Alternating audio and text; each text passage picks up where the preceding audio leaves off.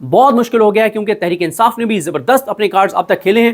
اگر اب بھی ان کا کوئی بندہ ٹوٹ جاتا ہے تو کیا کہا جا سکتا ہے, لیکن اپنی طرف سے انہوں نے پوری کوشش کر لی ہے. کیونکہ کل 2-3 خبریں قاضی صاحب کے لیے بہت پریشان کن آئیں.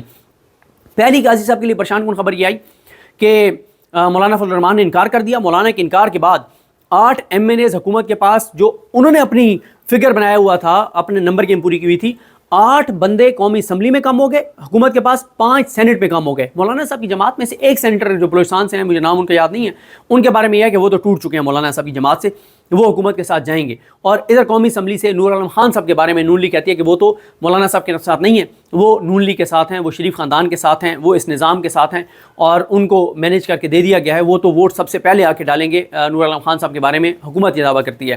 لیکن یہ جب ووٹنگ ہوگی تو پتہ چلے گا.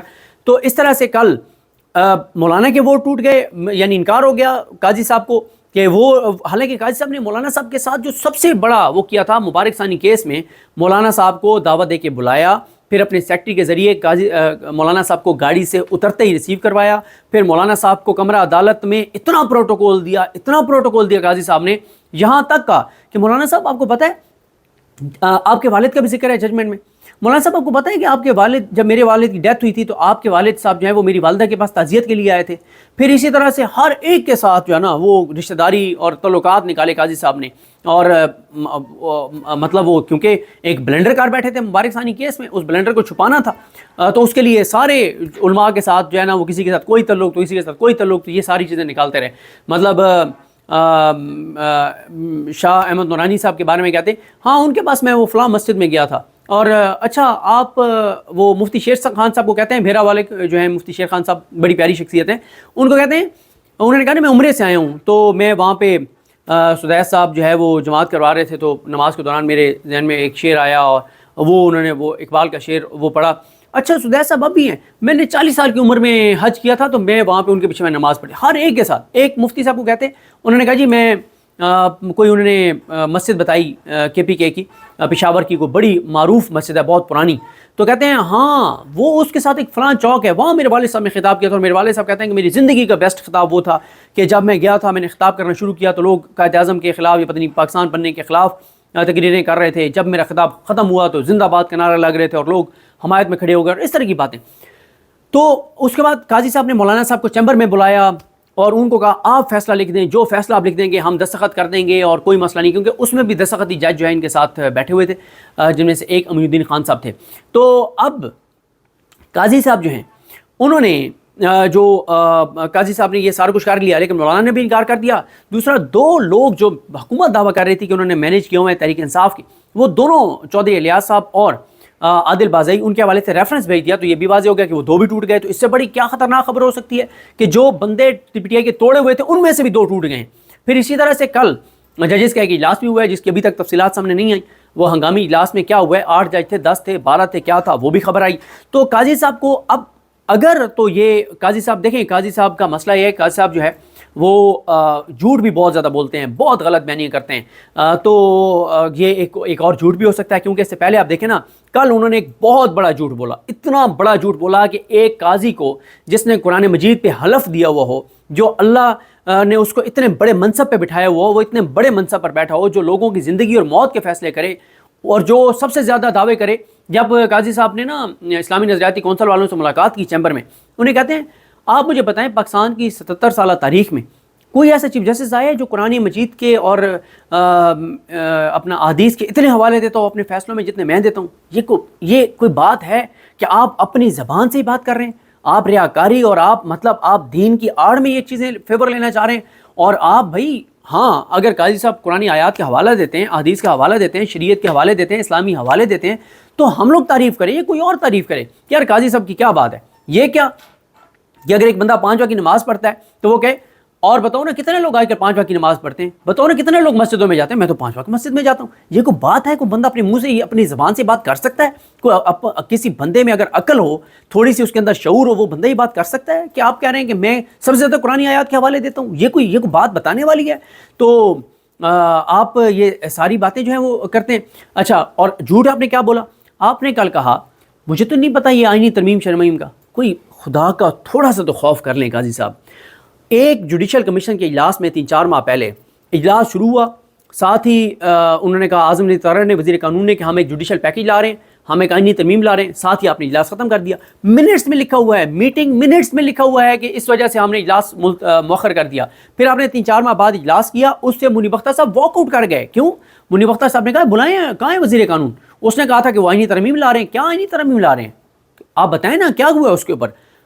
اس کے اوپر منی بختہ صاحب واک آؤٹ کر گئے، نہیں بیٹھے منی بختہ صاحب.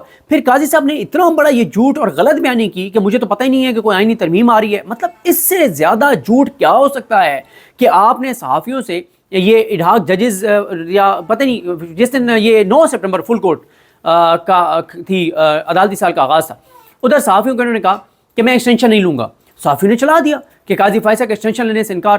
اس کے بعد آپ نے ایک پریس ریلیز جاری کی قاضی صاحب، جو وہ ابھی بھی سپریم کورٹ کی ویب سائٹ پہ پڑھی ہوگی، یا پورے انٹرنیشنل پورے پاکستانی میڈیا نے رپورٹ کیا تھا، سوشل میڈیا نے رپورٹ کیا تھا، ڈیجیٹل میڈیا نے رپورٹ کیا تھا، جس میں قاضی صاحب نے پریس ریلیز جاری کروا کے کہا تھا کہ یہ غلط رپورٹ کیا گیا ہے. سوال مجھ سے یہ ہوا تھا، میں نے یہ جواب دیا تھا، اور اس میں آپ نے بتایا کہ ایکسٹینشن تو میں نہیں لے رہا، لیکن ہاں اگر تمام ججز کی عمر بڑھا دی جاتی ہے تو مجھے کوئی مسئلہ نہیں ہے. پھر اس کے بعد آپ جو ہے، آپ تو گیم میں تھے، آپ تو کل تک گیم میں تھے کہ آپ نے آئینی عدالت کا سربراہ بننا ہے.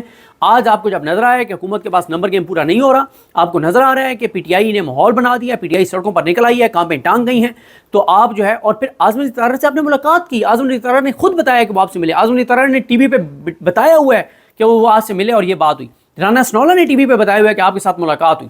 اعظم علی طرح جو نواز شریف کا نمائندہ خصوصی ہے، جو ججز کو جس کے اوپر الزام ہے کہ وہ ججز کو مینیج کرتا ہے، وہ اسے ملاقات کا یہ آن ریکارڈ اعتراف ہوا ہوا ہے. اعظم علی طرح نے اعتراف کیا ہوا ہے کہ آپ سے ملے اور آپ کو بتایا کہ ہم ایک آئینی ترمیم لا رہے ہیں اور جوڈیشل پیکیج لا رہے ہیں. یہ باتیں تو سب کو پتہ ہیں، اور آج آپ کہہ رہے ہیں کہ آپ کو پتہ نہیں ہے، آپ نے غلط بیانی، آپ نے جھوٹ کیا.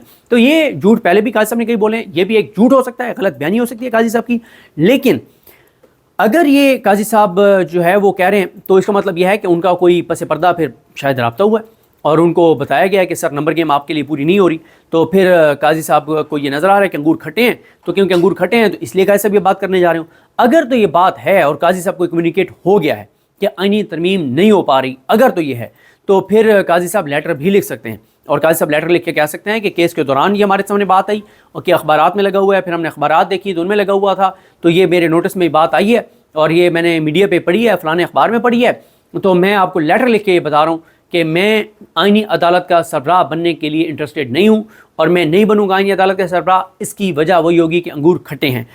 لیکن یہ ایک مطلب میں اب کہہ رہا ہوں کہ قاضی صاحب کی آپ کسی بات پہ اعتبار نہیں کر سکتے، بالکل اعتبار نہیں کر سکتے، کیونکہ 7500 چیزیں ہیں جو آپ ان کے تضادات اور چیزیں جو سب کے سامنے، ان کے ریمارکس سب کے سامنے. تو جو شخص اپنے مفادات کا ٹکراؤ ہونے کے باوجود بینچ میں بیٹھ کے ایک ایک چیز، مطلب اتنا ایک بندے کا ذہن کام کرتا تھا کہ اس نے 8 فروری کے انتخابات سے پہلے اس کو پتا تھا کہ میں نے نون لیگ کو اکثریت دلوانی ہے. اس نے پی ٹی آئی سے بلے کا نشان بھی چھینا.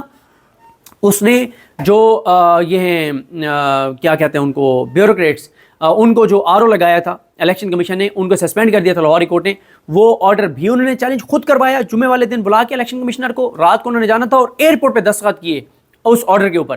تو انہوں نے وہ فیصلہ کالعدم کیا، آر اوز کو بحال کیا. انہوں نے 8 فروری کے انتخابات کو ریگ کیا. انہوں نے اس سے پہلے عمران خان کو سزائیں دینے میں اپنا کردار ادا کیا.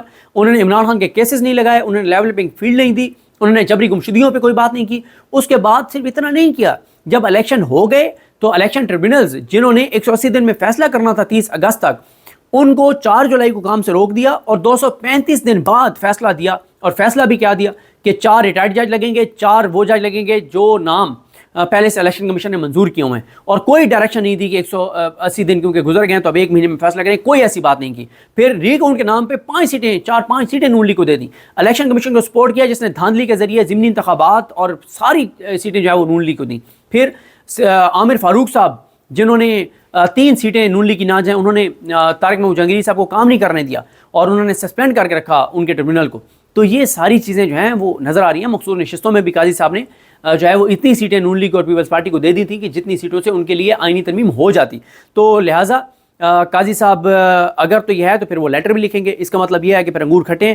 لیکن اس بات کا امکان اس کو یہ خارج از امکان نہیں ہے کہ یہ بھی ایک ان کی غلط بیانی ہو اور یہ ایک انہوں نے محتاط ایک بیان جاری کر دیا ہو اور میڈیا کو کمیونیکیٹ کر دیا ہو اور میڈیا نے چلا دیا. میں عقیل افضل صاحب اپرائٹ ہیں، ہمارے دوست ہیں اور بہت اپرائٹ جرنلسٹ ہیں. ظاہر ہے ان کو اگر کسی سورس نے خبر دی ہے تو وہ ذمہ دار رپورٹر ہیں، صحافی ہیں، بڑے سینئر ہیں، تو انہوں نے تو درست اس کو رپورٹ کیا ہے. لیکن قاضی صاحب یہ کر سکتے ہیں کہ یہ خبر بھی دے دی ہو، یہ خبر چل بھی گئی تو کل کو اگر حکومت اس وقت لگی ہوئی تو ہے، اس وقت بھی جبری طور پہ گمشدگیاں ہو رہی ہیں، تو اگر نمبر گیم پورے ہو جاتے ہیں اور وہ آئینی ترمیم کر لیتے ہیں تو پھر قاضی صاحب کہہ سکتے ہیں نہیں وہ میں نے تو خبر دی نہیں تھی، میں نے تو دی ہوتی تو میں کوئی پریس نہیں جاری کرتا، میں بتائیں کہاں ہیں، میں نے کب کہا تھا کہ میں آئینی عدالت کے سربراہ نہیں بنوں گا. تو وہ یہ بھی ایک ہو سکتا ہے کہ وہ دونوں چیزیں ساتھ ساتھ چلائیں تاکہ کل کو اگر نہ بن سکیں تو کہیں میں نے تو وہ دیکھیں نا وہ رپورٹ ہوا تھا، یہ دیکھیں آپ کے اپنے چینلوں نے، آپ کے اپنے اخبارات نے رپورٹ کیا ہوا ہے کہ میں نے تو بتا دیا تھا میں نے آئینی عدالت کا سربراہ نہیں بننا، مجھے تو کوئی لالچ ہی نہیں تھا، میں تو آئین قانون اور پاکستان کے لیے سب کچھ کر رہا تھا، تو میرا تو اس سے کوئی تعلق ہی نہیں ہے. تو یہ ساری صورتحال ہے اور نیکسٹ ویڈیو میں بات کرتے ہیں کہ احتجاج کا معاملہ کہاں تک پہنچا ہے. چیزیں بڑی تیزی سے ڈیولپمنٹس ہو رہی ہیں. مجھے اپنی دعا میں یاد رکھیں. اللہ ہم سب کا حامی ناصر ہو. اللہ حافظ.